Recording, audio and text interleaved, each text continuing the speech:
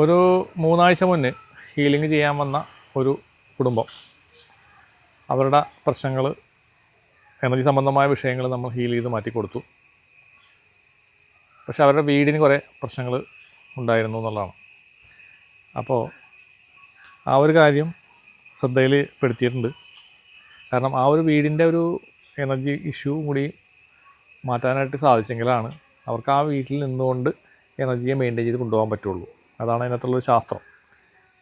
കാരണം പലർക്കും പറ്റുന്നൊരു കാര്യമാണ് ഇതുപോലെ നമ്മൾ എനർജി ക്ലിയറിങ് ചെയ്ത് കഴിഞ്ഞിട്ട് പൂർണ്ണമായിട്ട് നമുക്ക് റിസൾട്ട് വരുന്നില്ല എന്ന് ചിലപ്പോൾ തോന്നിയേക്കാം.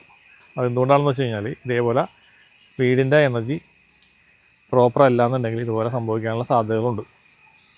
പക്ഷേ അത് അപൂർവം കുറച്ച് പേർക്കാണ് സംഭവിച്ചിട്ടുള്ളൂ, എല്ലാവർക്കും അല്ല. അപ്പോൾ ഞാനത് എടുത്ത് പറയുന്നതാണ്. ഇതിനകത്തുള്ള ചില പോയിൻറ്റുകൾ ഹീലിങ്ങിൻ്റെ ന്യൂനതയായിട്ട് നിങ്ങൾ കാണരുത്. കാരണം അത് ഒരു റിയാലിറ്റിയാണ്. നമ്മുടെ വീടിൻ്റെ വാസ്തുദോഷം ഉണ്ടാവാം, അല്ലെങ്കിൽ ഏതെങ്കിലും എനർജീസ് വന്നു പോകുന്നുണ്ടാകും വീട്ടിൽ രാത്രിയാകുമ്പോൾ. അത്തരം കാര്യങ്ങൾ ഈ ഹീലിങ്ങിൽ പോവില്ല, നമ്മുടെ ഹീലിങ്ങിൽ അത് പോവില്ല. അതിന് വേണ്ടുന്ന കാര്യങ്ങൾ നിങ്ങൾ വേറെ ചെയ്യേണ്ടി വരും. അപ്പോൾ അത് ശ്രദ്ധിക്കുക. എന്നാലും മാത്രമേ പൂർണ്ണമായ റിസൾട്ട് നിങ്ങൾക്ക് ഹീലിംഗ് കഴിഞ്ഞാൽ കിട്ടുള്ളൂ. ഹീലിംഗ് എന്നല്ല, ഏത് നിങ്ങൾ എന്ത് പൂജകളോ വഴിപാടുകൾ ചെയ്താൽ പോലും എല്ലാ ഭാഗങ്ങളിലും നമ്മളൊരു ഓളിനോളായിട്ട് ശ്രദ്ധ ചെലുത്തി കുഴപ്പമുള്ള ഭാഗങ്ങൾ കറക്റ്റ് ചെയ്യുക തന്നെ വേണം. അപ്പോൾ നിങ്ങൾക്ക് വീടിന് പ്രശ്നം ഉണ്ടോ എന്ന് അറിയാനായിട്ട് എളുപ്പവഴിയുണ്ട്. നിങ്ങളൊരാഴ്ച നിങ്ങളെ വീട്ടിൽ നിന്ന് മാറി വേറെ എവിടെയെങ്കിലും താമസിച്ച് നോക്കുക, ആരെങ്കിലും വീട്ടിൽ പോയി നിൽക്കുക ഒരാഴ്ച.